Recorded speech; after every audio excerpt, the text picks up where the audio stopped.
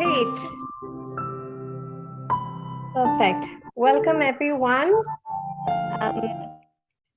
Hello and welcome. My name is Adefeso, and I lead communications at Global School Leaders. Very, very excited to welcome you all to our fourth and final panel, part of the Navigating Complexity in School Leadership webinar series in partnership with the World Bank and the Education Commission. Before we begin, just a couple of house rules. We will have a Q&A section towards the end of this discussion. So as you listen in, please feel free to use the Q&A chat box to share your questions, and we will curate them towards the end and do our best to answer as many as possible. This webinar is being live streamed, so feel free to share the link on our YouTube page with friends and your network. And finally, this is the last of our four-part webinar series. We will be sharing all the recordings with everyone, but really thank you so much for joining us from all over the world. I am really excited to now invite our moderator for today, Erin Ganju, who works with the Echidna Giving Fund. Erin, over to you. Thank you so much, and thank you everyone for joining us today. As you know, our topic for today's discussion is to understand the powerful role of school leaders and how they can play such an important role in supporting and nurturing gender equitable schools. We'll seek this morning to unpack a little bit about the key barriers are to gender equitable schools and how we can support school leaders in overcoming those barriers. We hope to understand not only what makes from wonderful different perspectives of our panelists, sort of what makes a key role as school leaders so important, and move beyond just asking why is it important and learn hopefully a little bit about the how we are supporting school leaders and embracing gender transformative approaches. So I'm very pleased to have a wonderful panel this morning joining us to discuss this great topic. I'll introduce each of them briefly, and then we'll hear from them more about their backgrounds. From the practitioner perspective, we have Sunita Menon, the Senior Director of Strategic Partnerships and Scale Up at Breakthrough India. Also carrying that practitioner perspective, we have Riaz Kamlani, the Executive Vice President of the Citizens Foundation in Pakistan. With the research point of view, we have Matt Brossard, Chief of Education in UNICEF and the research team in Sunita. And finally, from the policy perspective, we have Adefeso-Olateju, sorry for the mispronunciation, I'm sure, but Managing Director of the Education Partnership in Nigeria. So thank you all for being with us. It's really going to be great to see the four different perspectives that you all bring from your vantage point on this topic. So to kick us off, I think it would be wonderful first to invite each of you to share a few opening remarks about why you're so interested in this key role of school leaders that they can play in supporting gender equitable schools. So Sunita, can I first invite you?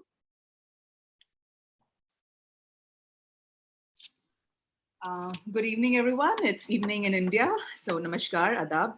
My name is Sunita Menon, and I represent Breakthrough. We are a rights-based organization working to end violence against women and girls.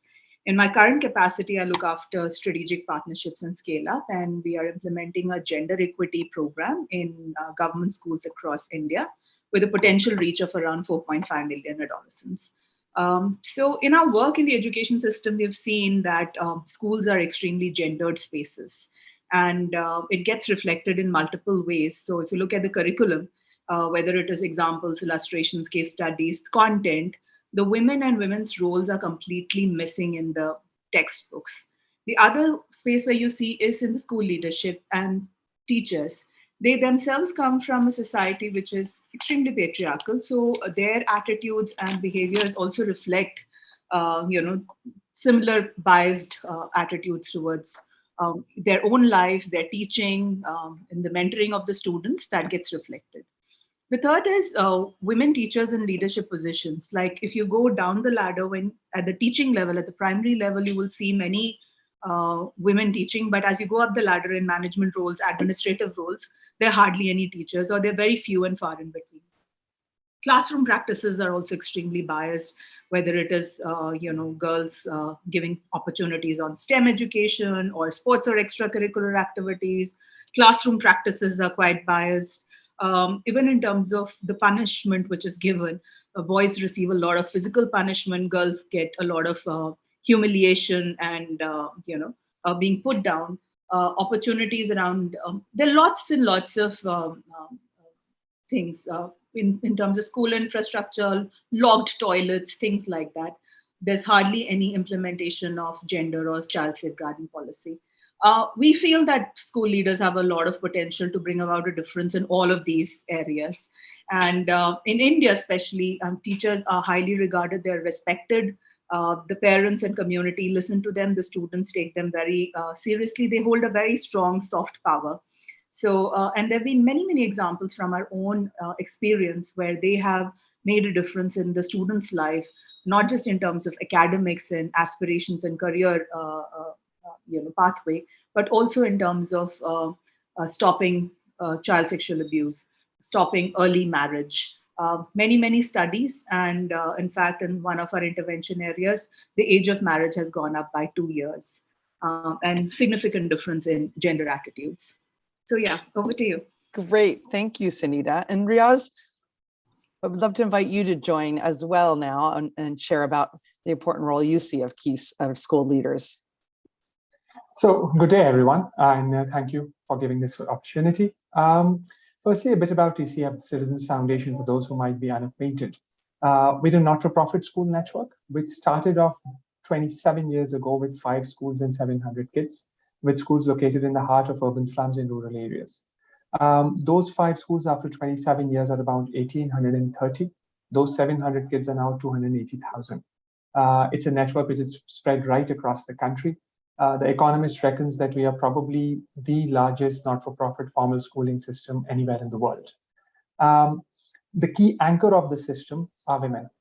We have a staff base of about 19,000, of which 14,000 odd are faculty, all women. All of the teachers are women, all of the head teachers are women. Our aspiration is 50% gender ratio, which is something that we have sustained. And we find that one of the key anchors of that is the fact that these are community-based teachers, all women who are coming through, who are encouraging girls to not only come to school, but to stay in school.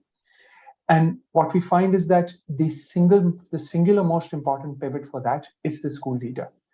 We have an axiom that's almost written on the walls at TCF, is school, great leader equals great school. We've seen that consistently across the board, that if you have a great school leader in school, you will find a wonderful school as well. And these 1,100 odd leaders are the ones who really propel TCF and have propelled TCF to be where it is. So they are the lifeblood, they are our spine. And that's where we feel exceedingly passionately about the fact that great leaders and great women leaders can have an outsized impact on the work that we do on the ground. Terrific, Riaz. Thank you. And Matt, can I invite you to share more about your work and what brings you to this topic of school leaders? Good. Thank you, Erin. Good morning, afternoon, or evening to all of you. I'm delighted to be here in this fantastic panel to discuss this so important issue. And I heard so many good things, by the way, Erin, about the great work you do at Echidna. So it's an added pleasure for me to be moderated by you. Maybe 2 things that motivates me. One is really social justice. I have the privilege to be born as a man in a rich country, France, in a family of teachers where, you know, my life was kind of easy, but I could have been born in a remote village in Chad, basically, as a girl. And I'm pretty sure my life would have been more difficult. So my main focus and role and in my current job as the lead of education research at UNICEF is really first to look at women empowerment, because we see that really there is this issue about, in particular in school leadership, barriers to accessing school leadership position for women. The preliminary data and analysis we are doing with our key partner, UNESCO IEP, for this research program we are doing, Women in Learning Leadership, shows that we have, like, in typical African countries, you would have 40% of teachers that are women, but when we look at school leaders, at teachers, it's only between 10 and 20%. So we know there are some barriers. We know there are some social norms, cultural, environmental policy barriers, and we just want to unpack them, put them on the table of the policy dialogue to make them addressed, because it's just not good that at some point the women are not represented or represented so low in school leadership position. And the second reason is that, and that's another question we will have as a research question in our program with UNESCO IAP, is we have preliminary finding that shows that when students are in a school led by a woman, they are on average learning more. So it's my economist background that is speaking here and say, okay, what are they doing overall differently?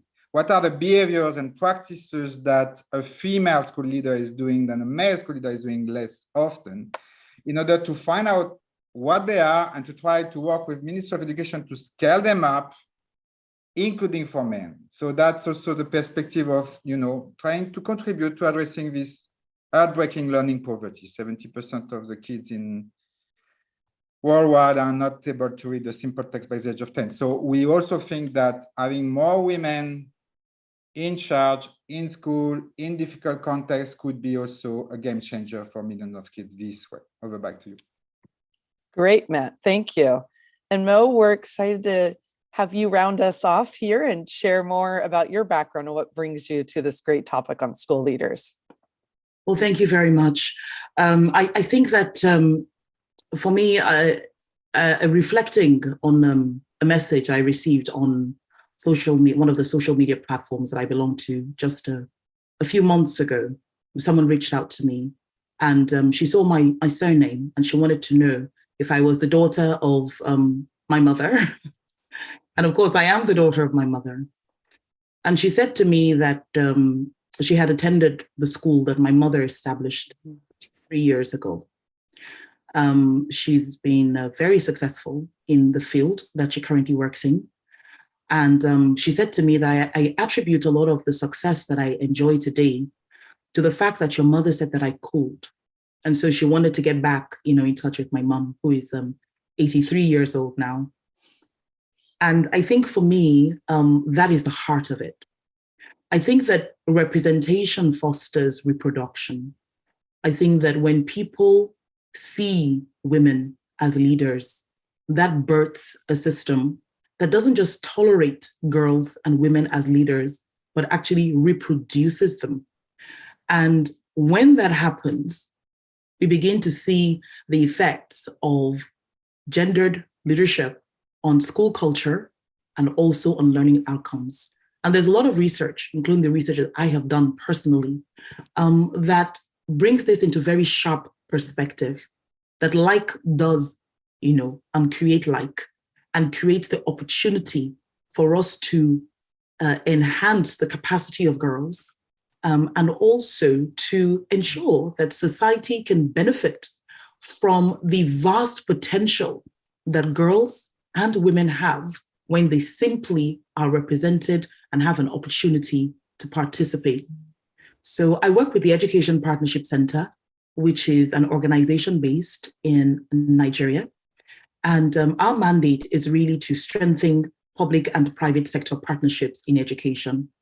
And so what that means is that we spend a lot of our time ruminating on education policy and providing evidence on children's learning levels, particularly at the foundational level, and really nuancing that data so that we understand what the determinants of learning are, both within the context of the home and also at school level. And again, school leadership comes out tops, when we think about those sorts of determinants. And finally, I also serve on the board of an organization that is working for a world where every child, every girl can lead and learn, and that's the Malala Fund. And we are focused on accelerating progress. It's really about challenging systems, challenging policies, and challenging practices so that all girls can access 12 years of free, safe, and high-quality education. Thank you. Great. Thank you, Mo. And that's wonderful. I always love the quote, you can't be what you don't see. So you're personal story also highlights that, and really appreciate everyone setting the stage with their comments on this important topic of how school leaders play such a critical role. It'd be great to delve a little bit deeper into the topic now, and based on your perspective that you bring to this and your body of work that you're engaged with, to unpack a little bit more about what you think is working with school leadership that's focused on building gender equitable schools, and where is it not working, and where should we focus our energy. I think, there are many different examples people bring up around this topic. Some of them, talk about the scarce resources that we have, and we focus on things like the appointment process to bridge that, that gender gap between male and female school leaders, to the point Matt's making about, female leadership just in and of itself may be a critical point to change the school environment and the learning opportunities. And there's also other programs that we're talking about more, where we can focus on gender transformative programs for teachers and students in schools, that seek to change gender norms and stereotypes. So it'd be great to sort of unpack, is it all important? Where, what's working best for school leaders? Where are we seeing some gains? Where is it not working? And feel free, of course, to bring in, again, examples and stories, because each of you has such a wonderful vantage point from where you're working and how you're approaching this.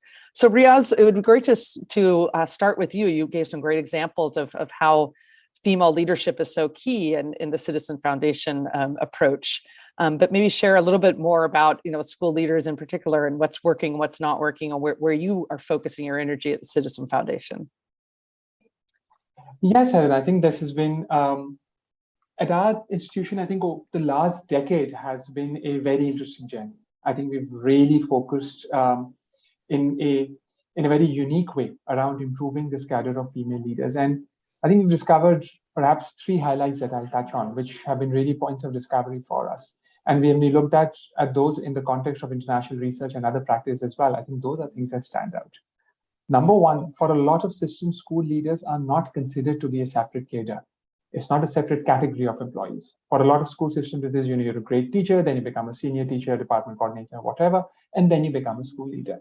I think for us, the first big distinction that has emerged is that it is a separate cadre. Every great teacher will not make a great school leader. And hopefully every school leader will be at least, a better than average teacher, but the reverse doesn't hold true. Once you imagine it as a separate cadre, then you do things differently. You do recruitment very differently, because you're recruiting a leader, not just simply a teacher. You do training in a very different way. How you help people shadow, how you help peer learning, how you help structure programs. We call it the Principal Academy. We are now on the 11th year of that, where a separate frame of studies actually happens. Your accountability, shape and form is very different. So if I take the example of TCF, we now have on recruitment a separate assessment center, a day-long activity through role plays, through specific activities where you're really finding out not just whether academically she's strong, but overall as a leader, where does she stand? We have training which is specifically on an annual basis, an ongoing cycle of improvement upon improvement based on the particular needs of school leaders. Our accountability is a day-long evaluation process for the principal themselves, both as academic and administrative leaders. So that treatment as a separate cadre, I think, is the first bit.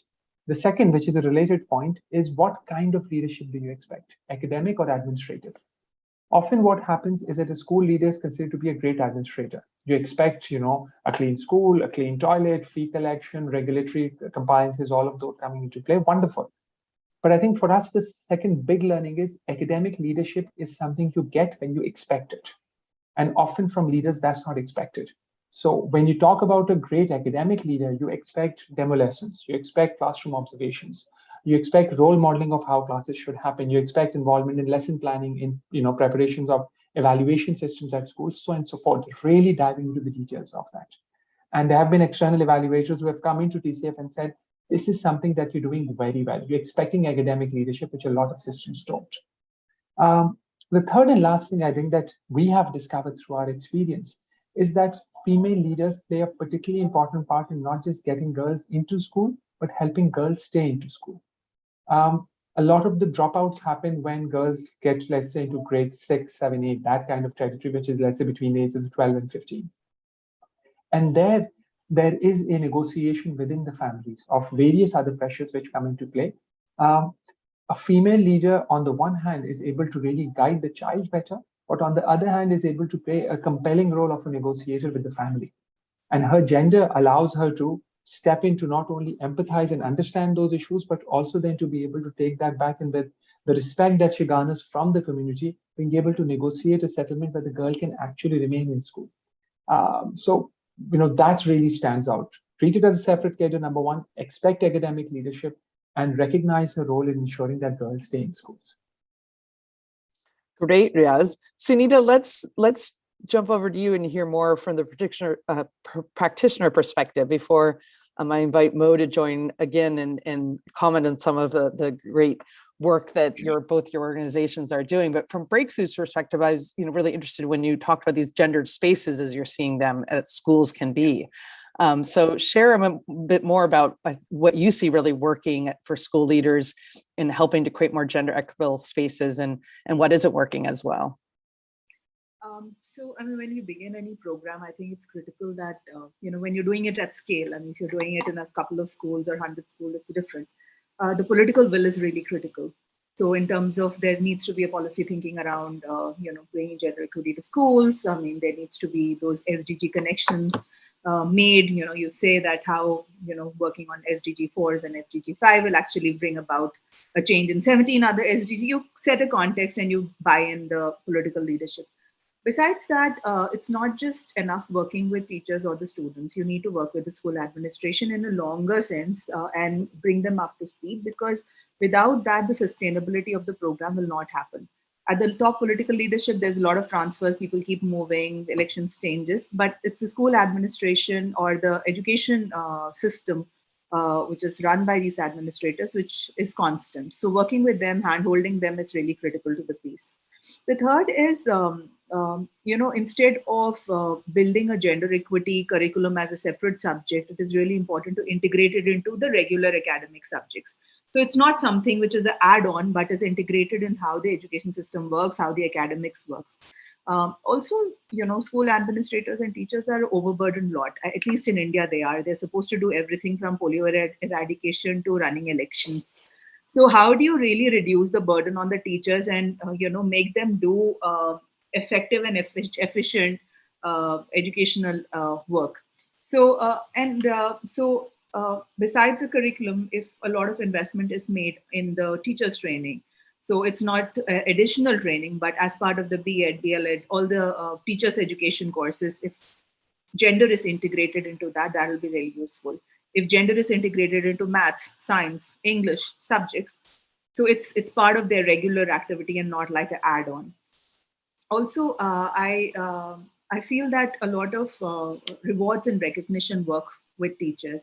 So in terms of showcasing the best practices on which schools have done well, it is recognition is through the education system and also by the community. So whether it is through the media, whether some newspaper reports, the community, the parents acknowledging them, it's a huge motivation for people. Also making things easy for teachers to implement. So have clear guidelines on what they're supposed to do.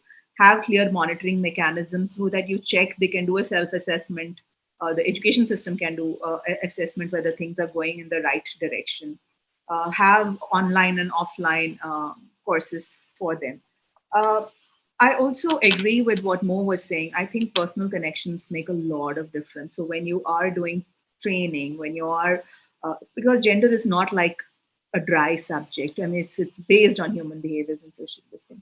So there needs to be that amount of personal connection. So in our trainings, for example, it's not just about how you're teaching gender within classrooms, but delving into their deep things about the women themselves as leaders within the education positions. Or you talk about property rights, which is a hugely contentious issue, between men and women. So it really kind of throws up a lot of things. So yeah. Great, Sunita. Well, Mo, I'd be interested to hear, we've heard a lot of different ideas that two great examples here through Breakthrough and the System Foundation of working, on all different levels here, some very specific to school leaders and their training and accountability mechanisms, and in terms of how to focus on academic excellence, to curriculum, integrating, gender in curriculum and ensuring it's sort of weaved throughout. the school to focusing on girls themselves and how to ensure girls' attendance and is focused on, as well as just the environment that schools and engaged in the community around them, and how to recognize great schools and leaders and teachers within that, and to make that as simple as possible, so there can be some assessment. How do we take all of this and sort of spread it and be able to have something more than just at each individual school that we can focus on? How do we turn that into policy and practice more widely that you've seen? So I think that in my own experience, it's really about being able to coalesce the key stakeholders and help everyone to begin to view the phenomenon from the same perspective. Within our own context in Nigeria, we've seen examples, and we have been involved, in projects and programs and teacher training activities where we see teacher communities of practice begin to spotlight women and how they practice leadership.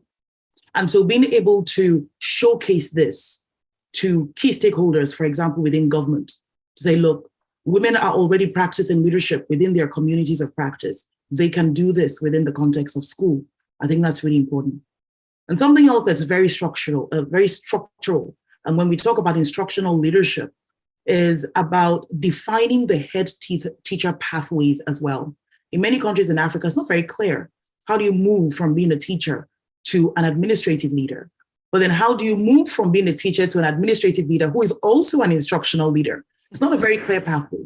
And a bit of work has begun to be done, around that, so that it's better clarified and women know what the next step is for them when they want to move up the rung from being a teacher, for example, to being, a head teacher. I think it's very important, and this is one of the things that we spend our time doing, in our context in Nigeria, to actually analyze the existing policies on how school leaders are selected and how they are deployed, because we want to showcase what those structural barriers are. And a lot of times, it's also making sure that as we're showcasing the structural barriers, we are doing so with a gendered lens. So many times we have, programs where we are showcasing these sorts of issues, and the vast majority of people in the room, if not everyone in the room, is a man. We don't let that slide. We point that out. You are all men. How are you supposed to understand every single one of these issues? Of course, you can understand a lot of them, but if the woman is not represented, there is a limit to how much that will happen. I think that data is also very important here, and I know that most of us have spoken about the importance of data, but really being able to deconstruct the data and look at it once again from a gendered lens.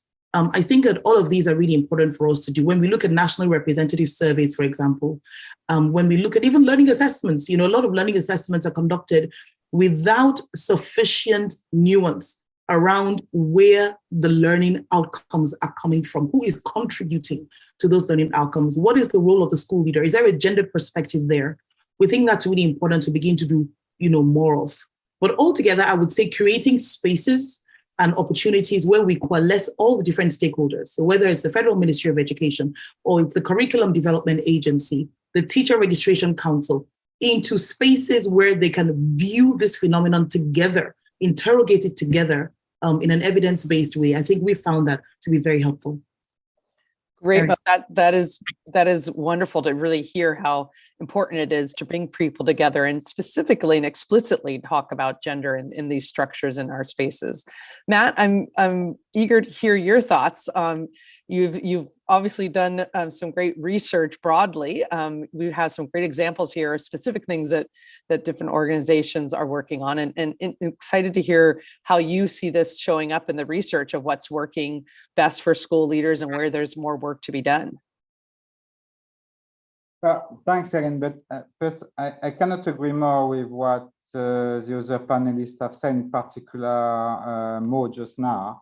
And Sunita, more on the importance of evidence-based, and Sunita about all those things that are around community, etc. Coming back to your original question, if we have to pick between working on the women's representation or more on the curricular side of it, correct? To make the thing more than I strongly believe that the two are linked, and that the first one could be the game changer of the second one. and not forgetting that at the end of the day, in the countries I have worked with, I'm now leading the research at UNICEF in education, but before I was more practitioner, I was senior economist at the World Bank, like, managing big programs with African countries on education. I can tell you, at the end of the day, curricular development, it takes 10 years. And at the end, the teachers, most of them, they do whatever they want. So it's important, of course, and we should make sure that the curriculum are really gender sensitive, gender transformative even. But at the end of the day, what is happening in the classroom is even more important, correct? And at the end of the day, I think if we move the needle, if we change the needle on the representation, on the size, on the representation of women as school leader, we will trigger the other one. We will trigger the operationalization of gender norm at school level. Just because we all know that. We don't have to be a behavioral economist to know that. We mimic. The girls, they mimic what their figure, their authorization figure do, like either a teacher, a head teacher, or their father, their mother, etc. So I'm a strong believer that the first will lead the second one. The second thing I want to put on the picture here, and coming back to what I was saying before, is really we need to put more, and let's speak to what Mo was saying, that on the evidence, that we are seeing more and more, and we need to investigate it more, of course, that actually when it is a woman in lead, the results are better. So it will help fighting the people that are still too patriarchal at ministry level to not, address the barriers of having more women in charge. So that's something that I really push for. We have this great research program that we are starting with UNESCO IEP, Dakar. We are looking for other partners. We are working, of course, with global school leaders on that as well, but we are looking for more partners and sponsors to go further on that, because when the thing will be so visible on the policy table, on the policy dialogue table, there is no question. They will have to deliver. They will have to every government will have to deliver on having more women in leadership. And we know the bias. There is this fantastic research done, for example, by the American University, RCTs, randomized controlled trial, looking at when you put, the same test, but you put David versus Cynthia, on the ways the people that are choosing or supervising or scoring the teachers are grading them. If it is a David, with the same question, they are rated better. So we need to fight all those things. We know that.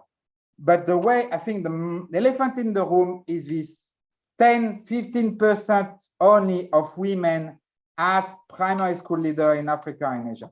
And the second question, if I'm allowed, Erin, to add another point, which is in relation to the efficiency point I was talking. I'm sure we are all not happy with the fact that kids in particular in difficult contexts are not learning. They go to school, they don't learn. And you have seen the Transforming Education Summit thing. You have seen all the thing happening with everybody saying we need to focus and prioritize the foundational learning to address the learning poverty.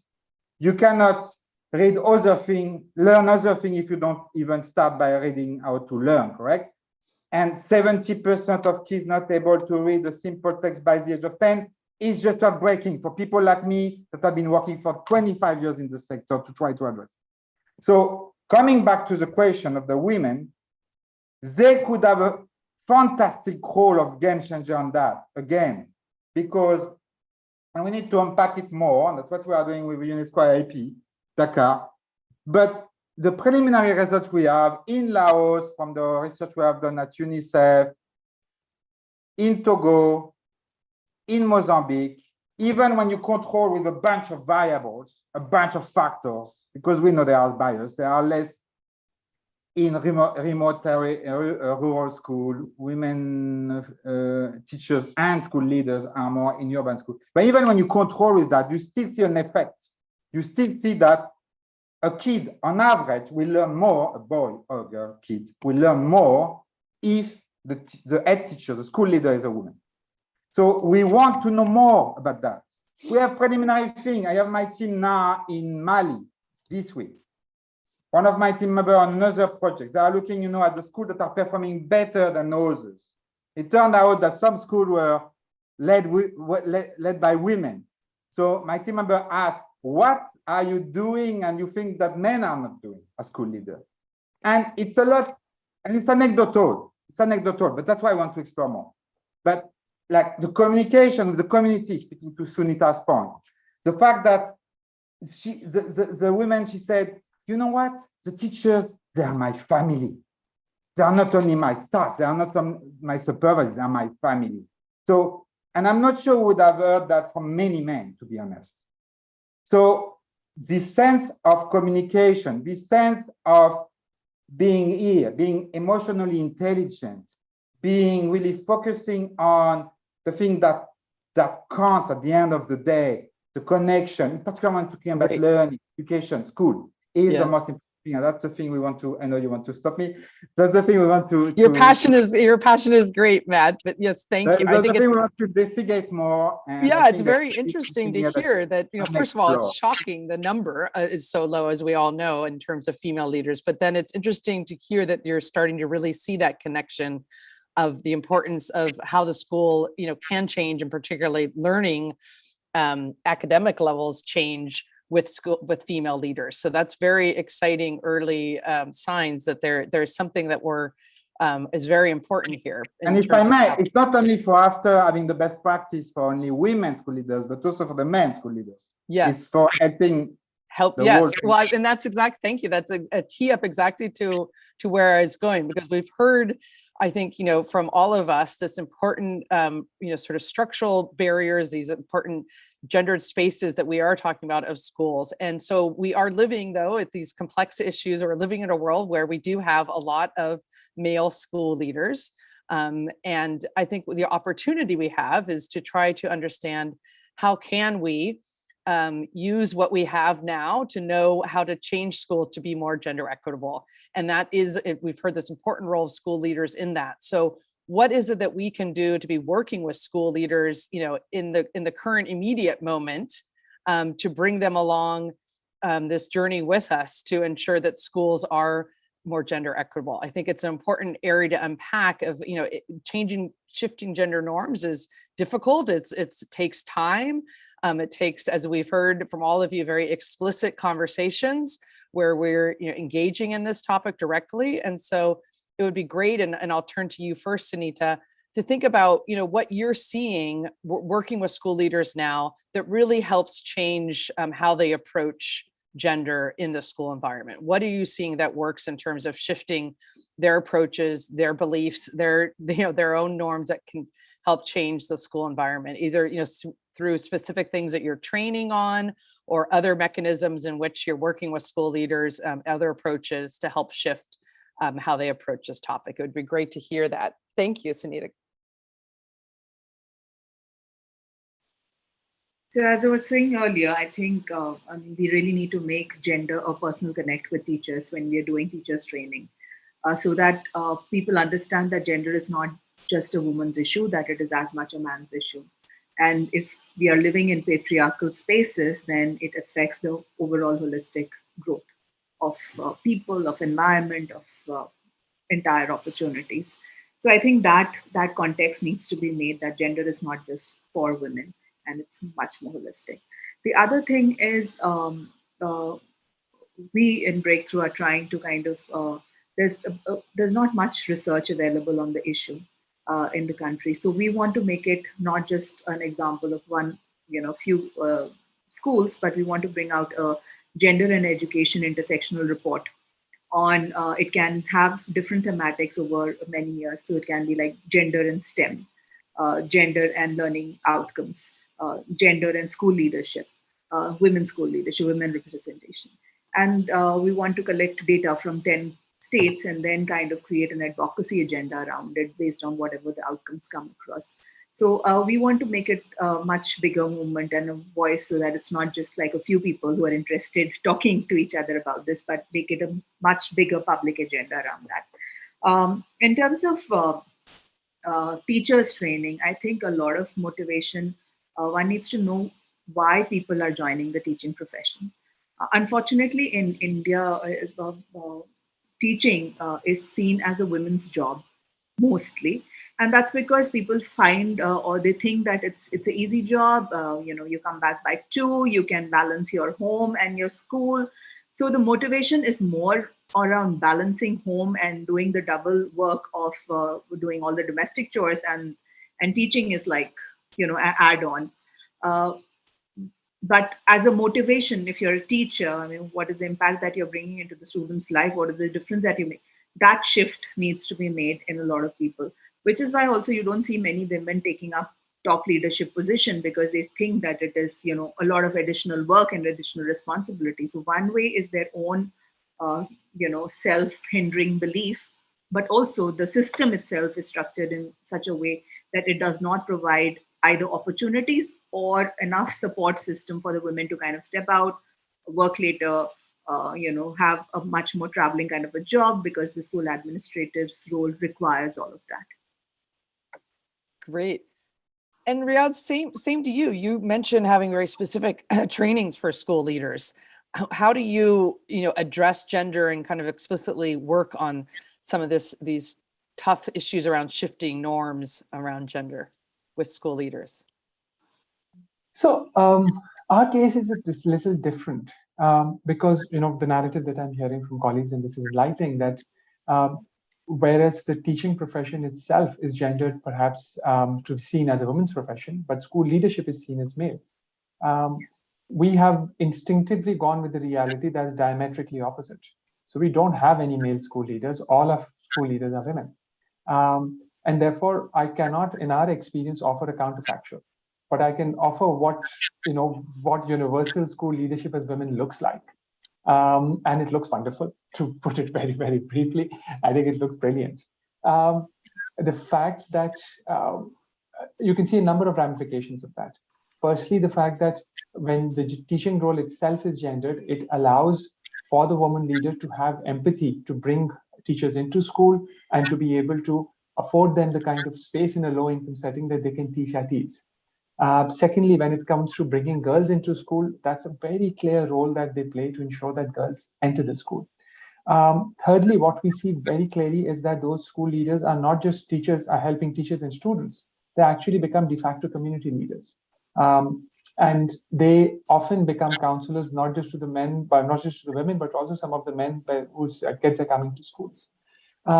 So, the ramifications of this are many. And I think the last one that I've seen, which is very interesting, is how the boys who are coming through our school system, how they start perceiving women. Because what they see from their early childhood is a woman who has a role of power and authority. And that's a displacement on how power and authority is generally seen in masculine light, but coming from the school, it's seen in a different light from your very early years. So it cultivates a different kind of respect for women as well. So yeah, as I said, I can't offer a counterfactual, but I can offer an absolute case on this. And one of the questionnaires also asked about if there are any researchers on this. If you'd permit, I'll put one on the chat box where there's a research organization that looked at about 100 odd school leaders from TCF and others in the public sector as well. And it's an interesting study on how some of those dynamics are different on how they play out. So I'll share that as well. Great, Riaz. Thank you. A great world and reality that you have painted for what this can look like if we are able to shift the numbers to have more balance in terms of and even more majority of school leaders being female. Mo, let's bring your voice back in here again and hear how you think that, sort of the immediate opportunity is now to work with school leaders and what maybe some of the opportunities to help focus and shift norms. Erin, I think the data, is painful, to consume. Yes. I was looking at some of the data from 27 African countries, showing the significantly lower proportion of female instructors. I was also looking at the PASEC data from 2020, and just looking at the share of male and female, leadership.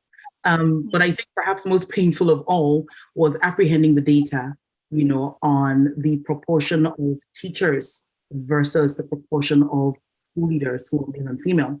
And, in much of Africa, you will find almost 12% of leadership would be male, whereas about 88% of leadership is female. It ranges, but that seems to be quite a common estimate. And that's why I say it's quite painful really to see. And one of the questions in the chat box is, how do we, begin to think about this, particularly when we have, systems where men, are promoted to positions of administrative leadership. What sort of training, should they have? I think the first training is to step aside and let the women lead. That's the first thing to do. Just please step aside, right? But I think that seriously, we need to challenge the patriarchal systems. We need to use evidence to challenge the stereotypes. And these are the stereotypes, that Sunita is referring to. The stereotypes that, and I think Riaz, I love the fact that you have no counterfactual. I was, stifling the urge to clap, here. I love the fact that everyone is female who's leaving the school in your context. So the stereotypes that, men can be managers and accountants and administrators, but women are nurturers. We need to challenge this stereotype because men are nurturers as well. And women are managers and administrators and accountants as well. And I think also what we see in our context is, the subtle punishment of women for taking time off to birth children. And that punishment comes in terms of delayed, deferred, or just non-existent promotions, being passed over, for management type responsibilities. We have to challenge this. And again, in a context like ours, it's really important, to indeed get the cultural and the religious leaders on board, because they have such a strong and a powerful voice in advocating for this. I think that it's really important, that we think about the data. I keep on saying that it's really important that we look at the data and see what the data is telling us. But it's time for, advocacy for voice to really begin to challenge these stereotypes, because a lot of them are stereotypes. And I think that's what I would, want to dwell on. Great. And we're going to jump to the chat in a second and see some of the questions for our panelists. But Matt, wrapping up on this topic of how we can kind of immediately work with school leaders to shift some of the gender norms, do you have any additional points you want to make? What Mo just said is exactly what I think. So it's not big point for me, and I was very long before, just to say that when we will put even more the research and the data on the table, that's how we can make the change. And for me, it's really the two things: the barriers that prevent to have more women in school leadership role, and second, looking more at what women are doing differently than men when they are school leaders. And there are things that we can unpack here that will help both men and women as school leaders. So just saying that, Mo, love you. You said exactly what I wanted to say, so I will pass on this. Great. Well, let's turn to the Q&A. There's some good topics in here that we haven't approached yet. So I think one is that we haven't talked much about is the family school partnership and the opportunity there to build gender equity, informed education systems. How much does a family buy-in is the question kind of asked in terms of strategies to support advancements on these issues with school leaders. And I think, Sunita, you mentioned a little bit about this community, piece broadly. So I don't know if you want to jump in here, but I would love to hear others, just what are opportunities and what is the research and what are the practices that we've seen of how we really tie in the family school partnership into this issue? For Breakthrough, I think we believe in the larger socio-ecological model. So we believe that, the government has a role to play, the community has a role to play, the school leaders have to role to play, parents and students, and we all have to kind of come together and make a difference in the entire education system. With regard to the parents in particular, in India, especially with the Delhi government, we have done a lot of work around parent-teachers meeting. A lot of times parents find it difficult to come to school because they're not given adequate respect or listening. And if you kind of open the doors for them and if you hear them what they really want and what is the aspiration that they have for their children, and that's when you kind of draw them in. The more the conversation there is between the teachers and the parents, which moves beyond, your child did this, your child did that, and besides academics, one can also talk about aspirations, about 21st century skills, about what are the career pathways, what are the other gender-based discrimination and violence that and parents and teachers can come together and resolve a lot of these things, and which has happened in many of our intervention sites where these have been addressed. So yeah, make comfortable spaces where the two can meet, have celebrations. It's not just about also a feedbacking system back to the parents as to what is happening, and recognition of teachers and students in public within the community. Also, I think within the parent community, there may be a lot of people who have broken gender barriers themselves. So why not invite them into the school assemblies and let them share their stories? So whether they are women auto drivers or astronauts, depending on the cultural context. So why not bring them on board and let them share their stories, or men who have broken gender stereotypes? Yeah, there are all of these strategies which works. Great.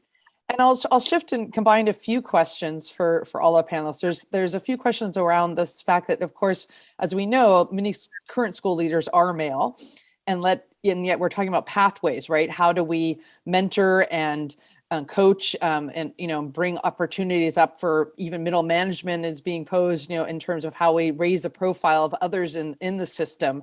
And how do we do that in a way where we know we have a lot of male school leaders already, not so much obviously in the Citizen Foundation situation, but in other cases where a lot of the people at the top who need to do the coaching and mentoring, who need to create the pathways and create those opportunities are men. And so we have this, feminization is even being posed sort of the teaching profession, where a lot of the school leadership roles are still, male dominated. And so how can we shift some of that? What are ways in which we can ensure that those coming up through the system that are, the future school leaders shift their ideas and have more opportunities, particularly for women, to raise within those pathways? Have people seen examples or research ways to do that? Anyone? And Matt, I know you. I see you shaking your head, and Mo too. Do you have examples or pathways that we've seen successful? Not yet, but I'm very, very ambitious about that. And I think the more we will put the things on the table, the more we will have robust evidence showing that it is the way to go, and it is the way to change, and it is the way to change our system. I have, of course, anecdotal evidence. I can share one, for example. I was in Nepal a few years ago, and I was starting this program called Data Must Speak, where we are trying to see, okay, what are the schools that are performing better doing compared to those that are not doing well, okay? And it turned out that I was like having this chat with the school, the school head, the school leader, that was the best school of Nepal. Like on all the learning, academic learning, etc., they were the best. And I said, okay, Mr. He was a man. He said, how long have you been here? Said, oh, only 3 months. Ah, okay. So you're interesting, but I think the result of your school is not only you, it's also who was there before. Say, and who was there before? A woman. Ah, okay. And where were you before? I say, I was in a school not far, like 1 kilometer away. Was this school also performing super well? No. I say, okay, so you're interesting me. What is the difference between the school you were before and the school you are now? And what are the main things you see as different? Say, here in this new school I am in now for the 3 months, that was before led by a woman. It's important for our conversation. There were a lot of communication. Each time there was a little problem, instead of waiting, I don't know how long, to address it, there were communication. We were discussing with parents, we were discussing with teachers. Someone has an issue to attend because a student is living too far, we find solution. So that was the main thing. It's anecdotal. So I know it's not robust evidence yet, but I would like echo what Mo was saying, but also Sunita and Riaz in different ways. Let's work more together on unpacking what they are doing differently and what are the barriers not to have more women as school leaders, so we can all together make a game changer and have, at the end of the day, all the kids learning, boys and girls, more. The research program we are now leading and trying to implement, hopefully with more partners and sponsors, called WILL, Women in Learning Leadership, because when there is a will, there is a way. Yes, great, Matt. And Riaz and Mo, your final thoughts on this too. Riaz, do you want to go first? Sure. I think just one point. You asked what can make this happen.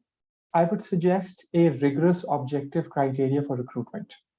If most teachers are women and academic leadership is something that you expect, what we find is that if you can put together an objective, rigorous criteria of recruitment, they are the ones who come through. And not just come through as school leaders, but also as area managers. So now, off of 45 area managers, each looking after 25 school leaders, about 80% of them are women. And those are typically people who were teacher first, senior teacher then, school leader then, and now is an area manager looking after 30 schools. Have a rigorous objective criteria and women will rise. Great, thank you, Riaz. Mo? So I was just, I have a wicked sense of humor. And I was just reflecting on the reality that one of the most uncomfortable conversations that a male school leader can have with a female student is around period poverty. And if you've ever witnessed that kind of conversation, and the advocacy around female leadership, because these are some of the key barriers, to girls, particularly adolescent girls, coming to school and staying on in school. And there's so many other contexts, and that empathy, I think the focus on empathy is so important, to highlight when we talk about, gender sensitivity. Yes. I think one thing here for me is also that education is a very political space. And we must be mindful of that. That's just the reality of it. In the appointment, as I see some comments in the chat box, the appointment of middle managers, very often within the context that we work in Africa, are not simply merit-based, but are also quite political as well. And so we need to take the advocacy there. We need to take the advocacy to the political spaces with the evidence that shows that we are precluding society from reaping the full benefits of everyone's agency when women are underrepresented in school leadership. Erin. Great. Well, unfortunately, we have run out of time. There's so much more we could talk about, but I want to have just a quick final thought from each of our panelists that they would like to leave you with on the importance of school leaders and how they can be such key agents of change in nurturing more gender equitable schools. For me, it's certainly been wonderful today. I think we focused on just the need for more female leaders. We need to step aside to really let women lead and challenge the patriarchal system so schools can be more progressive areas for shifting norms. But I would love to hear just very briefly from each of you as we go around. We have a couple minutes left. Just what would your final thought, your final parting thought be? And Riaz, we'll start with you. I recognize issues of political economy and corruption and many other things which are biases. But to me, the takeaway really is if you can put together or insist on a rigorous objective recruitment criteria for people to go forward, focus on implementing that, and women will rise. It is logically true. Statistically, it will show itself. Thank you. Sunita. A few things. Work with men as allies. Have a clear gender policy so that people know what they're working towards. Work together. I think we can all work with each other based on each other's strengths, and nobody needs to duplicate other people's efforts. And think long term. This is not going to happen in a year. It will take many years. So invest in terms of time, energy, resources, funds. Let's work together and get this cracking. Thank you. Matt. Let's have more women leading school. Let's not be discriminatory as the male usual model, meaning let's have also what we can learn from the women leadership, helping also the women, but also the men. And that would be my last thing, because as I said before, we are looking for partners and sponsors for this research program to unpacking that we call will, because when there is a will, there is a way. Great. And Mo, your final thought. I think my final thought is for us to be clear on who the we are and understand who exactly is making this advocacy and focusing on it. I think that it's imperative also that evidence, becomes really, commonplace and cultural in making these decisions. But finally, that we that we need to identify, right, and clarify needs to become comfortable with the discomfort that surrounds this conversation on increasing women's participation in school leadership. Erin. Great, thank you. Well, thank all of you for being comfortable to be able to share your perspectives and thoughts and ideas on this topic. And it's really been wonderful to delve into it. There's so much more we can learn and grow from here, but we do need to do it together. And I think the we definitely has started with this wonderful group of all of us that have joined today, joined the panel. Thank each of you, as well as our audience, for engaging with us on this important role of school leaders and creating more gender equitable schools. So Adefeso, I'll hand it back to you to close us out, and thanks everyone. Great. Thank you so much, Erin, and thank you so much to all our panelists. Also to our audience members joining us from around the world. Really appreciate you taking the time out to listen in. This was the final webinar, part of our 4-part series webinar titled Navigating Complexities in School Leadership. Thank you for joining us. We'll share the link to our YouTube channel in the chat box for you to access this webinar as well as the past 3 webinars. Hopefully you've learned a lot along the way, and have a great day ahead. Thank you, everyone. Thank you for joining us. Thank you, everyone. Thank you, Erin, for the fantastic job of moderating. Thank you. Thank you so much for giving us your. Wonderful. Thank you so much.